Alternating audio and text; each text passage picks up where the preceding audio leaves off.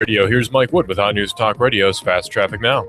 Thank you, Russell. Afternoon, we're spread out. Let me start in Lafayette on 193 at Valley Head Church Road with a tree down blocking the northbound lanes right now. Accident-wise, several things going on. Let's start on Market at East Martin Luther King, downtown Chattanooga, with an accident, no injuries. Middle Valley at Barner Road, that's an accident. We do have injuries on Shallowford at Palmer Drive. St. Elmo at West 47th, an accident. 24 eastbound at Rossville Boulevard, one there earlier. I believe Chattanooga is still on the scene of that one. They are wrapping up 153 in front of the McDonald's, an earlier accident there. Busy afternoon so far. Be careful. The 7524. Pretty busy up and down the Ridge Cut right now. Pretty busy as well. Mike Wood and the Traffic Center on News Talk Radio at AM 1240. You give us 12 minutes and 40 seconds, we'll give you Chattanooga and the world. News Talk 1240. It's 5:06 here at Hot News Talk Radio. I'm Russell. Here's what's happening. The second Cleveland City school bus has now been involved in a crash on Tuesday. This time it was about 3:30 p.m. over on Blythe Avenue in Cleveland. According to the Cleveland police dispatchers, there were no injuries in that crash that involved a bus and one other vehicle. A Cleveland City school bus was apparently struck on Tuesday by a car over in Cleveland, and the bus had special needs students on board as well, but none were injured in the crash, apparently.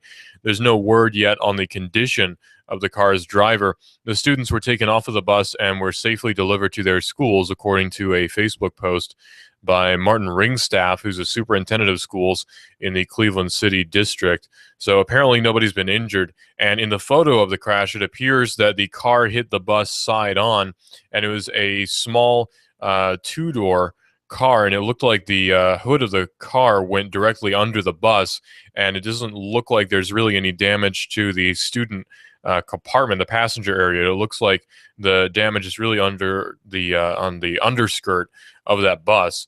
So apparently nobody was injured in that crash as far as we can tell so far. It appears to be a newer model coupe that struck the bus as far as we can tell. And as soon as more details come out about that, we'll let you know here on Hot News Talk Radio AM 1240. A Hamilton County Sheriff's deputy is now suspended following an altercation with a female Silverdale inmate. The incident happened Saturday at Silverdale CCA. During the transport to Silverdale, the inmate, whose name is Leslie M. Hayes, she reportedly became combative, and she remained combative while she was in the booking and intake area of the CCA while the altercation broke out between Hayes and Deputy Daniel Hendricks. Hayes was being taken to CCA from the jail on an outstanding fugitive warrant out of Sessions Court. She has also gotten charges from Chattanooga. Records are showing that Hayes had been in jail at least 28 times, and Deputy Hendricks has been suspended pending the outcome of a full investigation. So as of now, he's been suspended pending that. That's standard practice for any sort of altercation that happens with an officer. That's not indicative of guilt. That's just standard practice with any sheriff's office. A courtroom fight between a murder suspect and a witness during a preliminary hearing resulted in the Hamilton County Jail being locked down for a short time on Tuesday morning. Eric McCullough, who's a suspect in a fatal stabbing from back in July, was attacked by a witness named Antoine Lee, who was set to testify against him in the preliminary hearing before Judge Gary Starnes. Lee was allegedly stabbed by McCullough, and after Lee recovered from the stabbing, he was arrested and put into custody for violation of a sex offender registry. The hearing had just begun, I should say, and Lee was called to the bench to testify when he then instead lunged at McCullough and hit him in the head, according to these reports. The deputies abruptly separated the two men and pointed stun guns at the unruly crowd members who appeared to want to get involved in the altercation. One man could be heard yelling a death threat from the crowd, saying that the next time we have this hearing, we need to figure out a way to keep these guys away from each other, says Judge Gary Starnes to the attorneys at his bench.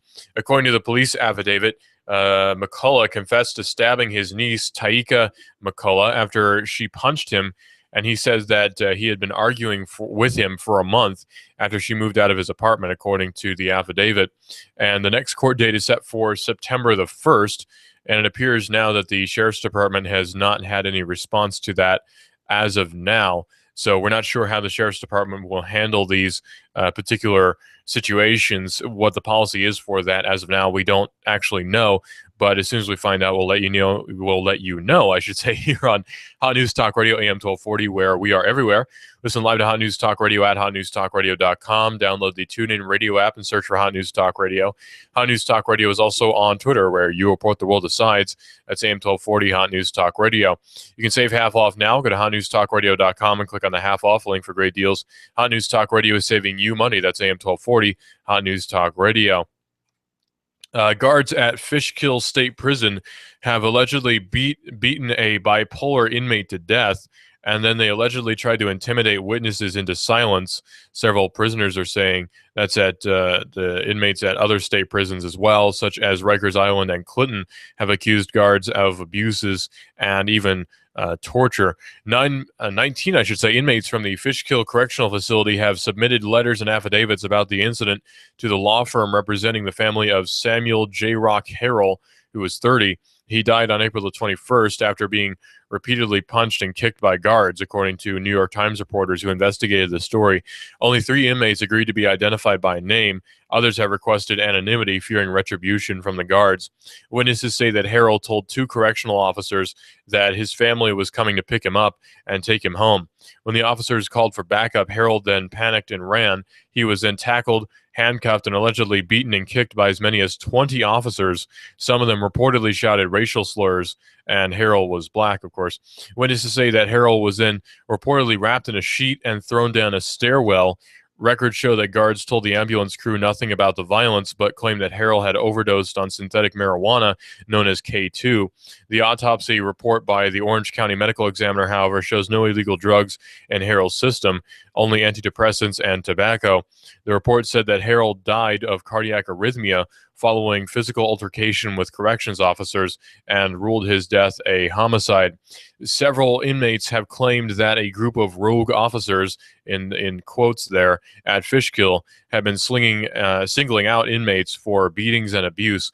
5 weeks before Harrell's death, one inmate filed a complaint with the prison management and asking them to split up and beat up the squad into split up the beat up squad into different shifts. And James Miller, who's a spokesman for the New York State Correctional Officers and Police Benevolent Association, a union representing the prison guards, told the NYT that Harrell was acting violently and appeared delusional as a result of apparently ingesting drugs. While attempting to subdue him, one of the guards suffered several broken ribs. And Miller said that inmate witnesses are confirming seeing one of the guards gasping for air and clutching his chest before stepping away. The union was reviewing all of the facts before rushing to judgment, Miller added in a follow-up email, rather than simply relying on allegations made by a handful of violent convicted felons. And they say we will continue to work with our partners in law enforcement to ensure a resolution to this tragic incident. Fishkill is a medium security prison about 60 miles north of New York City. It's not the only prison in the U.S. or even the state of New York where inmates have claimed violent abuses by the guards.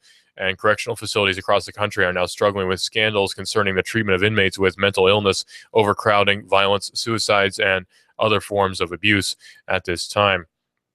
So this is not the first sort of story of this type, but of course we'll keep you updated on that situation right here on Hot News Talk Radio, AM 1240. There are 2 people now who are testifying about being shot by Alan Wayne Graham at Old Dayton Pike on July the 25th, according to these reports.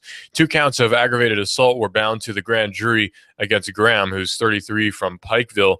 According to the testimony, Mandy Jordan and Michael Gross were apparently hit by the same shot fired from a 12-gauge shotgun, which of course fires many pellets. And Angelica Henley, who has children by Graham but is not married to him, said that they had an argument and he took her car. She said that she later learned that he had an Old Dayton, or rather, he had it in Old Dayton Pike in Hamilton County. She says that when she got there in a pickup truck with friends, she said that she spotted her car on top of a hill, and she said that Graham and his nephews were threatening to set it on fire and roll it down the hill. Ms. Henley said that the pickup truck's engine then died at the driveway at the bottom of the hill.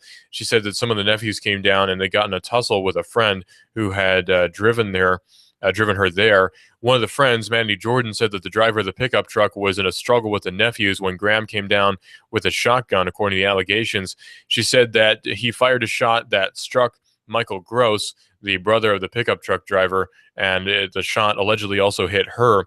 She says that it left pellets in her leg from the knee down, and she said that she still has no feeling in that section around her big toe.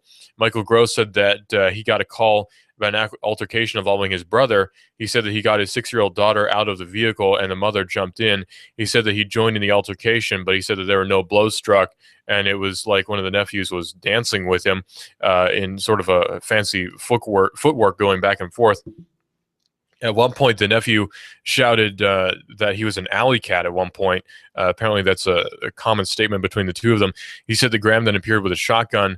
The witness said that there was never a word said between the two of them after that. He fired a shot after that point, according to the allegations. Graham told Detective Jeff Baker that he fired to protect his nephews. He currently remains in jail under $200,000 bond at this time. As soon as more information comes out about that, of course, we'll let you know here on Hot News Talk Radio AM 1240. There are attorneys now in the Erlanger and Hutchison lawsuit who are poring over thousands of pages of documents at this time. Attorneys involved in the lawsuit between Erlanger Health System in Chattanooga and Hutchison Medical Center in Fort O are poring over thousands of pages of documents, and the discovery process is going to take longer than was anticipated previously. The attorneys were aiming to have the discovery completed by November the 20th, and now the new goal is April of 2016. Attorneys in a joint motion told federal judge Harold Murphy of Rome, Georgia, that the original plan was to have the documents produced by July the 20th and then finish the depositions by the November 20th headline. However, the document process is still going on, and the Erlanger staff had earlier produced around 196,563 pages and then sent around 35,000 pages related to former HMC officials by Roger Forgery, Debbie Reeves, and Scott Radiker. And the HMC has come up with 14,079 pages and has retrieved over 25,000 pages from its former attorneys, Morris, Manning, and Martin, and the consulting GB Health Management. So the conflict between Hutchison and Erlanger Medical Center is still ongoing at this time, and there are lots and lots of pages of paperwork that are having to be poured over. So it doesn't look like this is going to be ending anytime soon, according to these allegations at this time. But of course, we'll keep you updated on that situation as well here on Hot News Talk Radio AM 1240. Look at the weather now from the Hot News Talk Radio Weather Center, where currently it's in the lower 80s. Sun's starting to come out in some areas, although we are seeing some rain still in other areas. Rain pretty much all throughout the rest of the week. Unfortunately, we're expecting more rain tonight, tomorrow as well. Tomorrow, the high is 82, the low is 71. Cooler temperatures so far. Thursday, 78 for the high and 67 for the low. Friday, 83 for the high and 67 for the low. And we're seeing temperatures going a little bit higher by our weekend, and the rain hopefully clearing up. And we are, of course, seeing a tropical storm off the East Coast as well, so keep that in mind. And there are apparently some threats to the Midwest areas as well due to some pretty heavy storms, but we'll keep you updated on that here on Hot News Talk Radio AM 1240. That's a weather update from us here at the Weather Center at Hot News Talk Radio AM 1240 and hotnewstalkradio.com. You give us 12 minutes and 40 seconds, we'll give you Chattanooga and the world. News Talk 1240. A Chattanoogan who climbed to the dizzying heights of the Brooklyn Bridge and then took a photo of himself has now been arrested as a fugitive from New York. Authorities there filed charges against David Karnach, I think is how you pronounce his name, after he pulled the stunt in over in early July with heavy traffic below him. He apparently used a selfie stick in making the photo that he then posted to Instagram. He's 21, and he told NBC that he does not advise others to do the same thing. He was arrested on Monday and booked at the Hamilton County Jail. He's now due to appear before General Sessions Court David Bales on August the 31st at 1:30 p.m. So quite a few charges are being pressed against him. We don't have the complete list of charges as of now, But, of course, we'll let you know about them here on Hot News Talk Radio as soon as we find them out. This is AM 1240 Hot News Talk Radio. We are everywhere. Listen live to Hot News Talk Radio at hotnewstalkradio.com, and you can get the TuneIn Radio app and search for Hot News Talk Radio. Hot News Talk Radio is also on Twitter, where you report, the world decides. That's AM 1240 Hot News Talk Radio. You can save half off now if you go to hotnewstalkradio.com and click on the half off link for great deals. Hot News Talk Radio is saving you money. That's AM 1240 Hot News Talk Radio. We have a ton of great programming here on Hot News Talk Radio as well.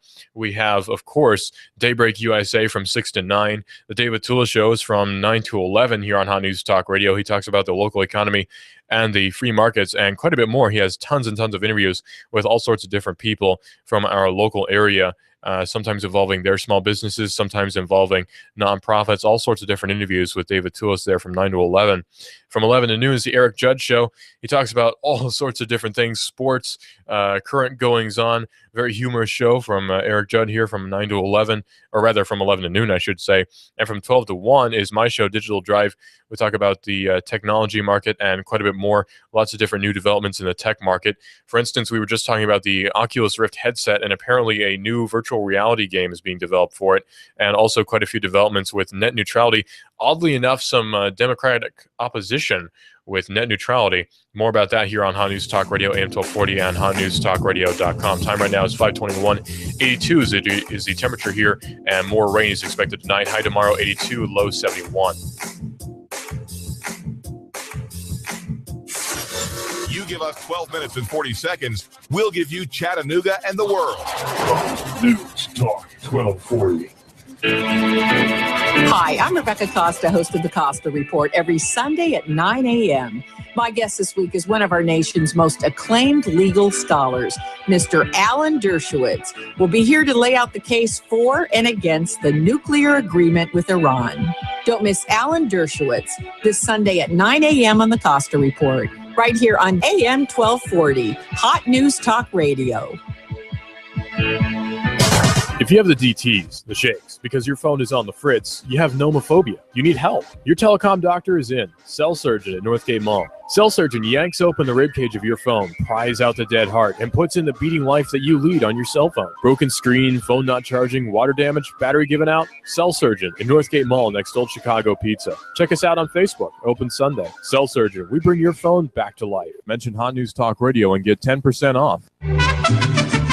We've got a table here at Delia's in Saudi Daisy, ready to delight in a plate of authentic Mexican food. Delia's spreads a rich selection, loaded nachos, crazy chicken, homemade tamales, maybe the enchiladas with beef, chicken, pork, quesadillas. Every dish beautifully pictured on the menu to help us decide. Join us for lunch or dinner. We're at Delia's in Saudi Daisy on Dayton Pike near the Thrasher Light. Here's dinner. Delia's uses the freshest ingredients, cooked to perfection. Nachos, homemade. Delia's open every day except the Lord's Day. For lunch and dinner, treat yourself to Delia's genuine Mexican food. In Saudi, call 521-7145. That's 521-7145. You give us 12 minutes and 40 seconds, we'll give you Chattanooga and the world. News Talk 1240. 523 here at Hot News Talk Radio. Here's Mike Wood with Hot News Talk Radio's Fast Traffic Now. Thanks, sir. Good afternoon. Lake Resort at 153. That's an accident. Got one on market at East ML King, downtown Chattanooga right now. Middle Valley, they are working one there at Varner Road. Got some injuries on Shalliford at Palmer Drive right now as well. Local service anytime, day or night, on-time appointments, no mess installations. EPB Fiber Optics, the smart move for you.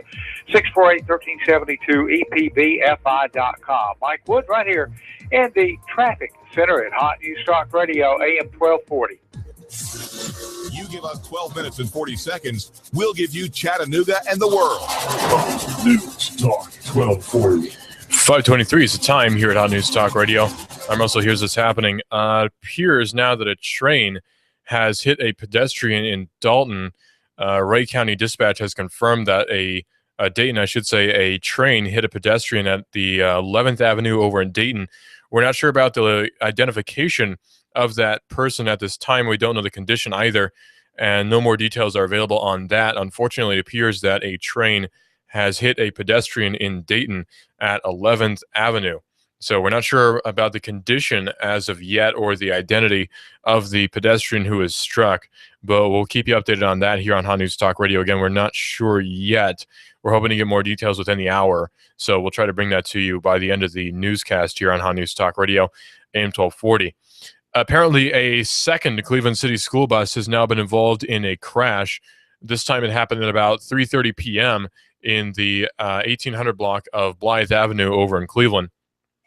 According to Cleveland police dispatchers, there weren't any injuries in the crash that involved a bus and another vehicle. A Cleveland City school bus was struck on Tuesday again, and the bus had special needs students on board, but none were injured in that crash. There's no word yet on the condition of the car's driver, but students were taken off the bus and safely delivered to their schools, according to a Facebook post by Martin Ringstaff, who's the superintendent of schools in the Cleveland City area. It appears, going from the photos that we're seeing here, that it appears that the bus was struck from the driver's side, and it appears that the underskirt of the bus was injured. It doesn't look like there's, or rather was damaged. It doesn't look like there's any damage above the tire. So it does not appear that any of the students were injured. We're not sure yet on the condition of the driver. The airbag does appear to have deployed, and we're not sure again on the condition of that driver. It was a black coupe of some sort, and that happened early this morning. So there aren't many details yet, but we'll keep you updated here on Hot News Talk Radio, AM 1240. There are two people who are now testifying about apparently having been shot by Alan Graham. There are now 2 counts of aggravated assault that are bound to the grand jury against him. He's 33 from Pikeville. According to the testimony, Mandy Jordan and Michael Gross were apparently hit by the same shot that was fired from a 12-gauge shotgun. It appears the damage was done below the leg of the female who was injured, Mandy Jordan. Angelica Henley, who has children by Graham but is not married to him, said that they apparently had an argument and he took her car. She says that she later learned that he had it at an over on Old Dayton Pike in Hamilton County. She said that she went there in a pickup truck with the friends, and she says that she spotted her car at the top of a hill, and that she says that Graham and her nephews were threatening to set it on fire and roll it down the hill. Ms. Henley says that the pickup truck's engine then died at the driveway at the bottom of a hill, and she said that some of the nephews came down and got into a tussle with some of the friends who had driven there with her. One of the friends, Mandy Jordan, said that the driver of the pickup was in a struggle with the nephews when Graham came down with a shotgun.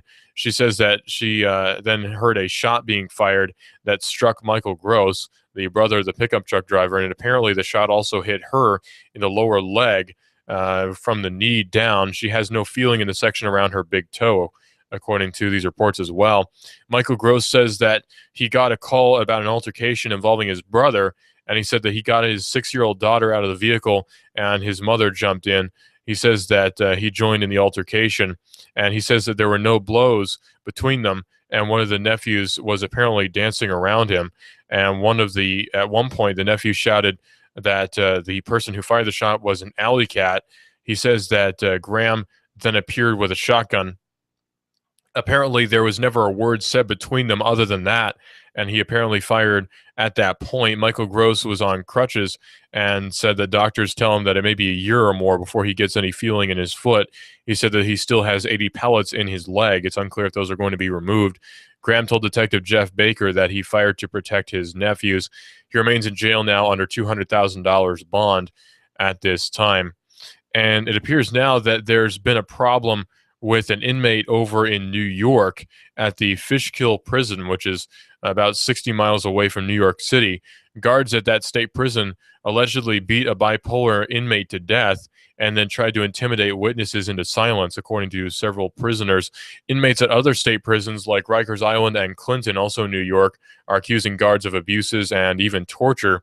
19 inmates from that correctional facility have submitted letters and affidavits about the incident to the law firm that's representing the family of Samuel Harrell, who was 30 years old. He died on April the 21st after repeatedly being punched and kicked by guards, according to the New York Times reporters who investigated the story.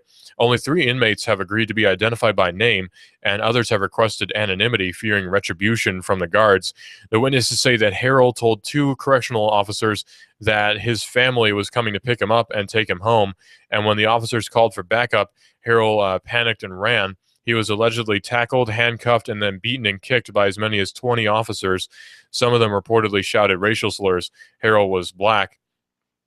One inmate said that he saw the officers kicking Mr. Harrell, jumping on his head multiple times and screaming, "Stop resisting," even though he didn't see him moving. That's what Edwin Pearson wrote, who was an inmate, and he was watching from a nearby bathroom. He said that it was like they were jumping on him like it was a trampoline. Pearson was serving 2 years on a weapons charge, and he's since been released. Witnesses say that Harrell was then reportedly wrapped in a sheet and allegedly thrown down a stairwell. Records show that the guards told the ambulance crew nothing about any violence that took place, but claimed that Harrell had overdosed on synthetic marijuana known as K2.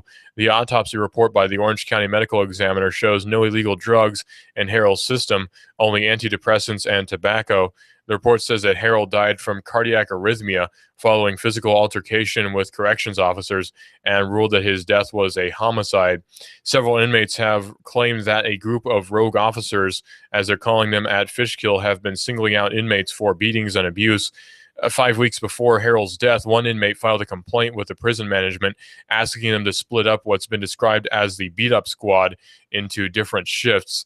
James Miller, who's a spokesman for the New York State Correctional Officers and Police Benevolent Association, which is a union that's representing the prison guards, they allegedly told the New York Times, according to these reports, that Harrell was acting violently and appeared delusional as a result of apparently ingesting drugs while attempting to subdue him.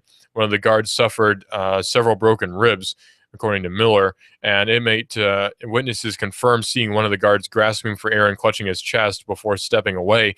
It's not clear yet the timeline for that, whether or not that happened before or after the alleged beating, and if that was what caused the alleged beating. We're not sure about that as of yet. Of course, more eyewitness testimony is coming out, and these are all allegations at this point. There have been no convictions as of yet.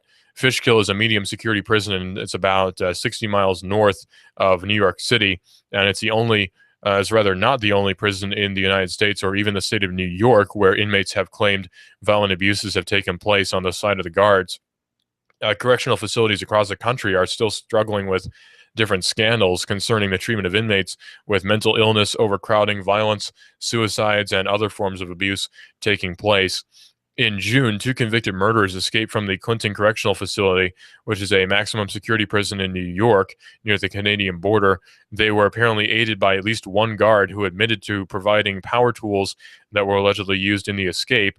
9 other guards were suspended, and the prison leadership resigned. The authorities then caught up with the fugitives after a 3-week manhunt, killing one and capturing the other. Of course, this happened just recently at another New York State prison. So it appears that there are quite a few problems at these New York State prisons, and reforms are apparently on the way if reports are to be believed. So we'll keep you updated on the situation with the prison system here on Hot News Talk Radio, AM 1240, and hotnewstalkradio.com, where we are everywhere. Listen live to Hot News Talk Radio at hotnewstalkradio.com. You can download the TuneIn Radio app and then search for Hot News Talk Radio. Hot News Talk Radio is also on Twitter, where you report the world decides. That's AM 1240, Hot News Talk Radio. And you can save half off now if you go to hotnewstalkradio.com and click on the half off link for great deals. Hot News Talk Radio is saving you money. That's AM 1240, Hot News Talk Radio. It appears now that a deputy has been suspended in Hamilton County following an altercation with a female Silverdale, inmate. The incident happened Saturday night at Silverdale CCA. During the transport to Silverdale, the inmate, Leslie M. Hayes, became combative. She remains combative, I should say, while in the booking and intake area of CCA, where the altercation then broke out between Hayes and Deputy Daniel Hendricks. Hayes is being taken to CCA from the jail on an outstanding fugitive warrant out of Sessions Court. She also has charges from Chattanooga. Records show that Hayes has been in the jail at least 28 times. Deputy Hendricks has been suspended pending the outcome of a full investigation, as is standard practice in Hamilton County with the sheriff's system. This is not indicative of guilt at this point, and there has been no conviction. It's simply a suspension, which is standard practice, again, with any sort of situation such as this one. But of course, we'll keep you updated on any more details that come out here on Hot News Talk Radio, AM 1240.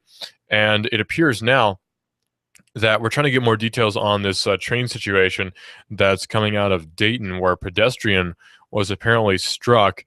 We don't at this time know the person's condition, and we're bringing more details, but that's coming out of Dayton at 11th Avenue. So we'll keep you updated on that. Right now, Ray County Dispatch has just confirmed that a train hit a pedestrian at 11th Avenue and Dayton. We'll keep you updated on that here on Hot News Talk Radio, AM 1240.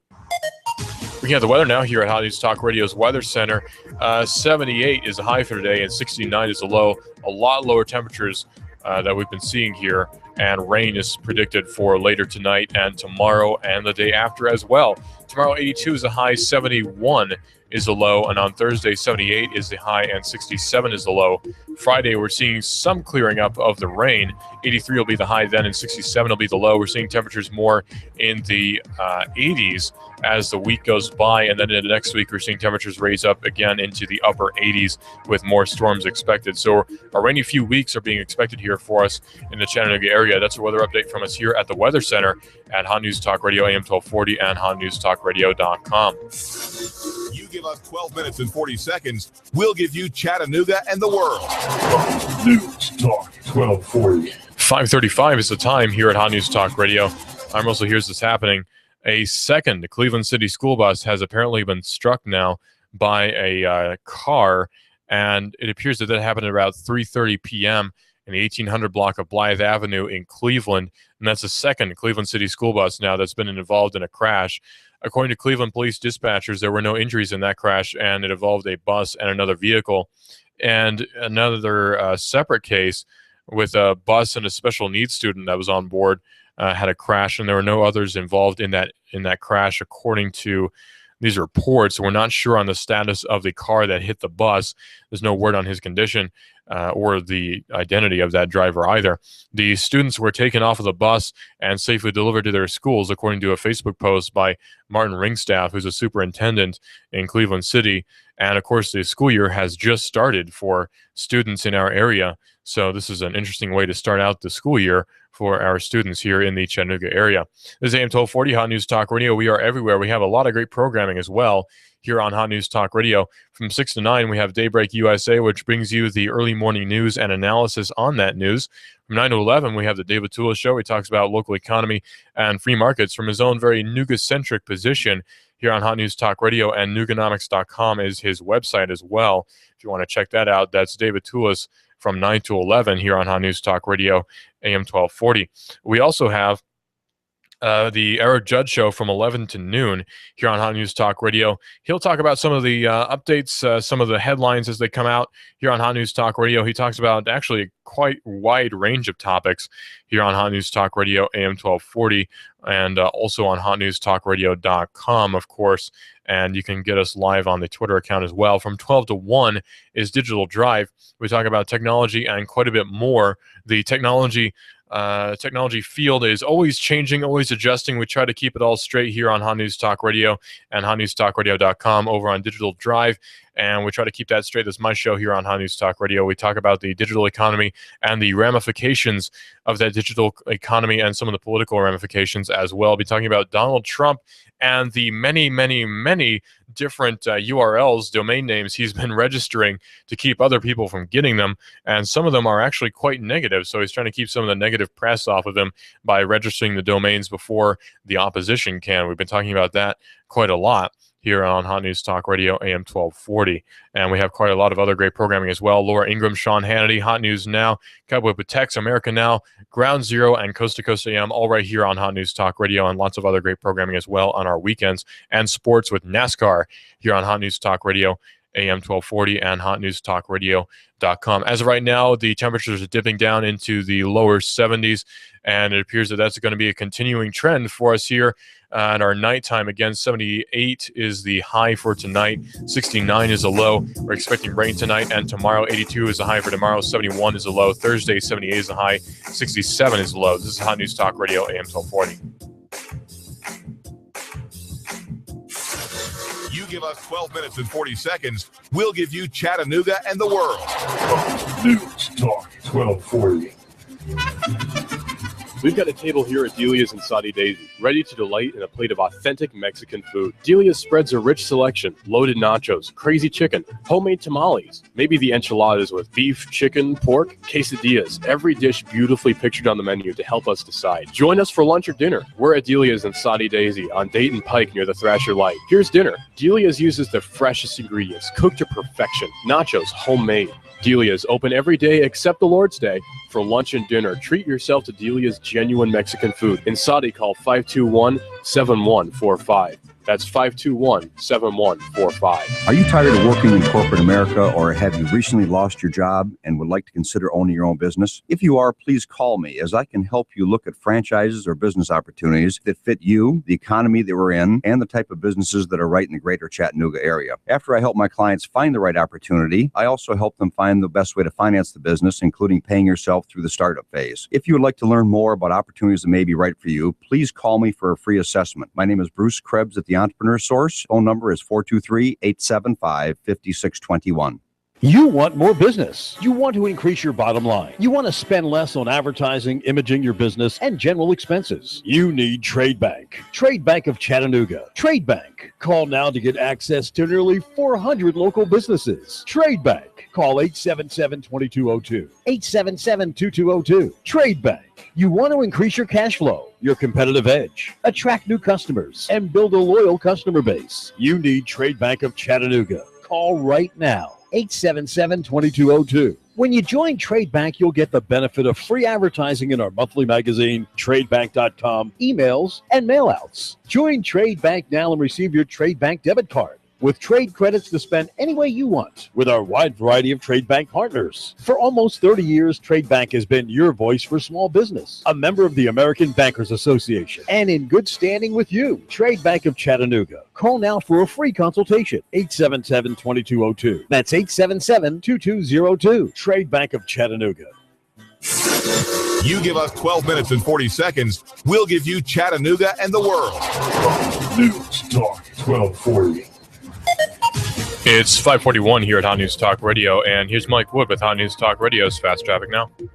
Hey, thank you, sir. Good afternoon. Let's start on the Shallowford 153, between 153 right there at Chapman Road, with an accident, 75 south at Lee Highway around Volkswagen Drive. That's one. Lake Resort at 153, an accident. Downtown on Market at East Martin Luther King, wrapping up an earlier accident from there as well. EPB, the only local TV provider with an entire channel dedicated strictly to Chattanooga programming. It's City Stream on Demand, local high school sports, graduations, events like Nightfall, and more.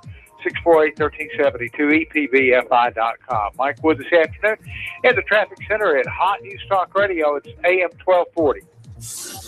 You give us 12 minutes and 40 seconds, we'll give you Chattanooga and the world.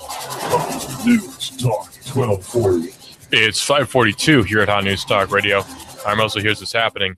It appears that there was a fight in a courtroom here just recently after an announcement about a hearing, and a witness apparently attempted to assault one of the defendants. A courtroom fight then broke out between the murder suspect and a witness during that preliminary hearing.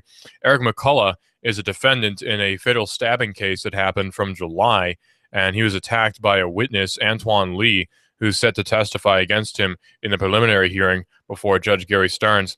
Lee was allegedly stabbed by McCullough.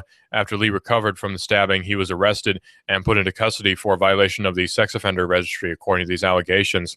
The hearing had just begun, and Lee was called to the bench to testify when he instead apparently lunged at McCullough and was hit in the head.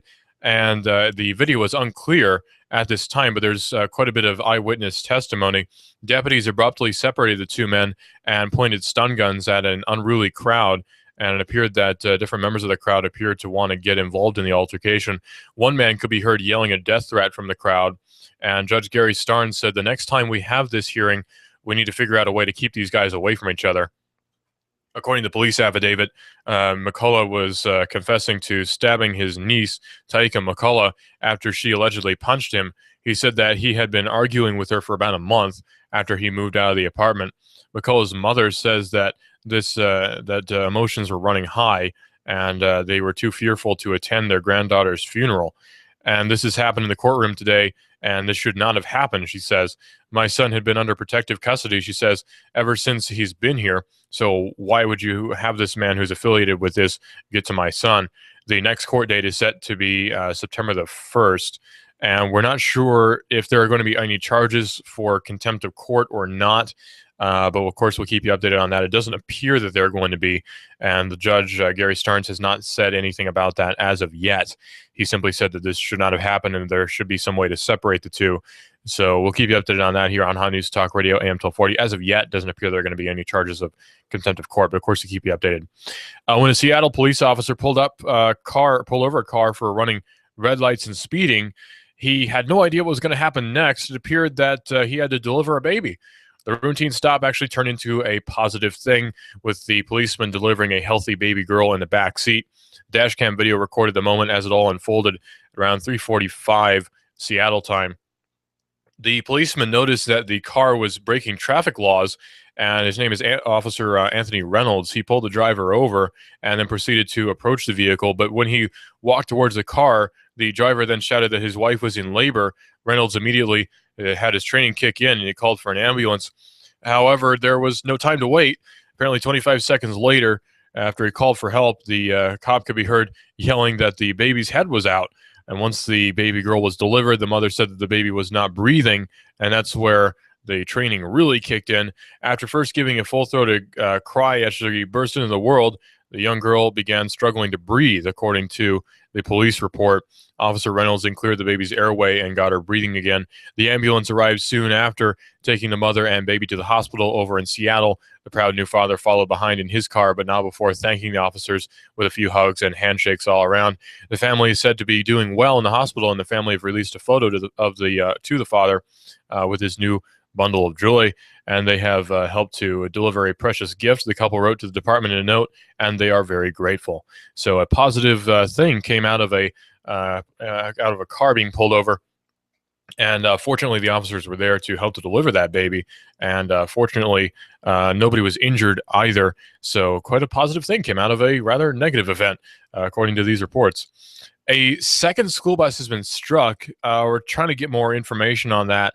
It doesn't appear that there's any update on the condition of the driver of that car that apparently struck a school bus at around 3:30 p.m., the 1800 block of Blythe Avenue over in Cleveland. That's around the time schools are getting out. Of course, traffic was heavy. According to Cleveland police dispatchers, there were no injuries in that crash that involved a school bus and another vehicle. A Cleveland City school bus as well, in a separate case, was struck this morning by a car. The bus had special needs students on board, but none were injured, and there's no word yet on the condition of the driver. The students were taken off of the bus and safely delivered to their schools, according to a Facebook post by Martin Ringstaff, who's the superintendent of the Cleveland City Schools. And it appears now in the morning crash anyway, we have a photo, and it appears that the car struck the side of the bus in the crash that occurred this morning. Again, there's no word yet on the condition of any of the students in the crash that happened just a few hours ago. But in the morning crash with the school bus, the car hit the side of the school bus on the underskirt, and damage doesn't appear to extend above the tires of that school bus. So none of the students were injured. The airbag does appear to have deployed in a black coupe that struck the side of that school bus. And of course, we'll keep you updated on that. As soon as we find out about the condition of that driver, we'll let you know here on Hot News Talk Radio, AM 1240, and hotnewstalkradio.com. As is standard practice with the Hamilton County Sheriff's Office, a deputy has been suspended following an altercation with a female Silverdale employee, or rather inmate, I should say, not employee, an inmate over at Silverdale. The incident happened on Saturday night at Silverdale CCA. During the transport to Silverdale, the inmate, Leslie M. Hayes, became combative. She remained combative while in the booking and intake area of CCA, where the altercation broke out between Hayes and Deputy Daniel Hendricks. Hayes is being taken to CCA from the jail on an outstanding fugitive warrant coming out of General Sessions Court. And she also apparently has charges from Chattanooga. Records show that Hayes has been in jail at least 28 times. Deputy Hendricks has been suspended pending the outcome of a full investigation. And that's standard practice with Hamilton County Sheriff's Office. Anytime there's any sort of violence breaking out involving a deputy, he's put on suspension with pay, and that's standard practice. So it's not like at this time that there are any charges being pressed, and it doesn't appear either that there's been a conviction. So we'll keep you updated on that, of course. And if any additional charges are being pressed, we'll let you know here on Hot News Talk Radio, AM 1240. Dashcam recorded a Seattle policeman delivering a baby, and also we're getting more news out of New York State, where there's been what's being called a homicide that's taken place inside a jail.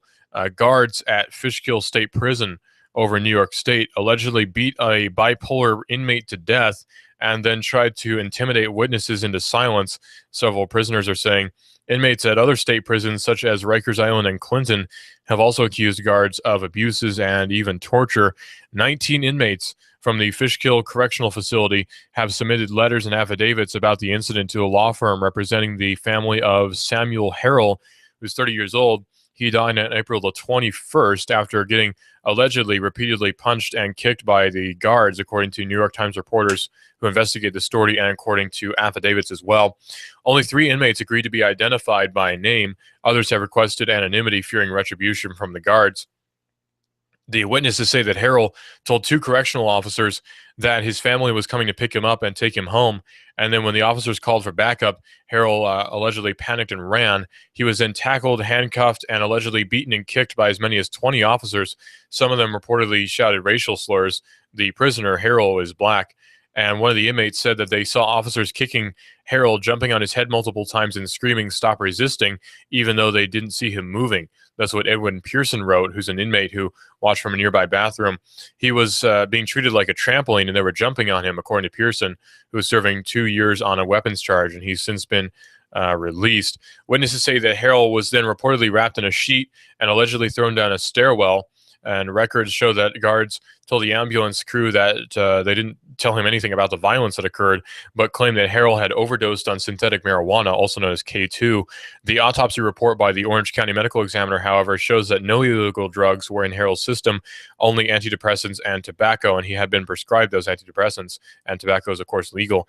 The report says that Harrell died of cardiac arrhythmia following physical altercations with corrections officers and ruled his death a homicide. Several inmates have claimed that a group of what they're calling rogue officers at Fishkill have been singling out inmates for beatings and abuse. 5 weeks before Harrell's death, one inmate filed a complaint with the prison management asking them to split up the what they're calling beat-up squad into different shifts. James Miller is a spokesperson for the New York State Corrections Office and the Police Benevolent Association, and he's a union representative as well, saying that the prison guards told the New York Times that Harrell was acting violently and appeared delusional as a result of apparently ingesting drugs. While attempting to subdue him, one of the guards suffered several broken ribs, Miller says, and inmate witnesses do confirm that. And they say that they saw one of the guards grasping for air and clutching his chest before stepping away. We're not sure yet when that happened, before or after the initial altercation. And so we're not sure if that's what initiated the altercation or what exactly happened. Again, the investigation has not been completed, and there have been no convictions at this time, only charges for homicide. The union is apparently reviewing all the facts before rushing to a judgment, Miller added in a follow-up email. Rather than simply relying on allegations made by a handful of what they're calling violent convicted felons, they will continue to work with their partners in law enforcement to ensure a resolution to this tragic incident, according to these reports. And so we're waiting now on convictions and any other allegations to come out. We'll let you know about that here on Hot News Talk Radio, AM 1240, and hotnewstalkradio.com. It's 5:52, and we're looking at the weather now from the Hot News Talk Radio Weather Center. It's 82 degrees roughly here in the Chattanooga area. We're seeing a bit of rain in several areas, some showers in different areas of the Chattanooga, Tennessee Valley. And it looks like tonight, 78 is going to be the high for tonight, and 69 is going to be the low. And we're expecting more storms and rain tonight as well. And Wednesday, tomorrow, 82 is going to be the high, and 71 the low. Thursday, 78 for the high, and or rather 82 for the high and 71 for the low. Thursday, 78 for the high and 67 for the low. Friday, it looks like it's going to be clearing up, although not completely. We're still expecting some rain this weekend with 83 for the high and 67 for the low, and Saturday, 85 and 68 for the low. So we're seeing highs in the lower 80s and upper 70s throughout the rest of the week and next week as well, where temperatures are going to be continuing upward, though, on an upward trend with more rain expected for next week. That's your weather update from us here at the Weather Center at Hot News Talk Radio, AM 1240, and hotnewstalkradio.com. You give us 12 minutes and 40 seconds, we'll give you Chattanooga and the world. News Talk 1240. It's 5:54 here at Hot News Talk Radio. I'm also Here's What's Happening. And two people are now testifying about apparently being shot on Old Dayton Pike. Two people have now testified that they had lingering injuries after having been shot allegedly by Alan Wayne Graham at Old Dayton Pike on July the 25th. There are 2 counts of aggravated assault that were bound over to the grand jury against Graham, who's 33, from Pikeville. According to the testimony, Mandy Jordan and Michael Gross were apparently hit by the same shot fired from a 12-gauge shotgun. Angelica Henley, who has children by Graham but is not married to him, said that they had an argument and he took her car. She says that she later learned that he had it at an Old Dayton Pike and in Hamilton County. She says that she went there in a pickup truck with her friends. She said that she spotted her car on top of a hill, and she said that Graham and his nephews were threatening to set it on fire and roll it down the hill, according to her allegations. Miss Henley then said that the pickup truck's engine died at the driveway at the bottom of the hill. She said some of the nephews came down and got into a tussle with her friend who had driven her there, and another altercation broke out with name-calling going back and forth. And then Graham appeared with a shotgun, according to the affidavit. The witnesses said that he didn't say a word, just aimed it and pulled the trigger. Michael Gross was apparently on crutches during the testimony. Doctors say that it may be a year or more before he gets any feeling in his foot. He says he still has 80 pellets in his leg. Graham told Detective Jeff Baker that he fired to protect his nephews. He remains in jail under $200,000 bond at this time. This is AM 1240 Hot News Talk Radio, and we have a lot of great programming here on Hot News Talk Radio. From 6 to 9 a.m., we have Daybreak USA, which carries news and analysis and quite a bit headlines and breaking news as it comes out on Daybreak USA.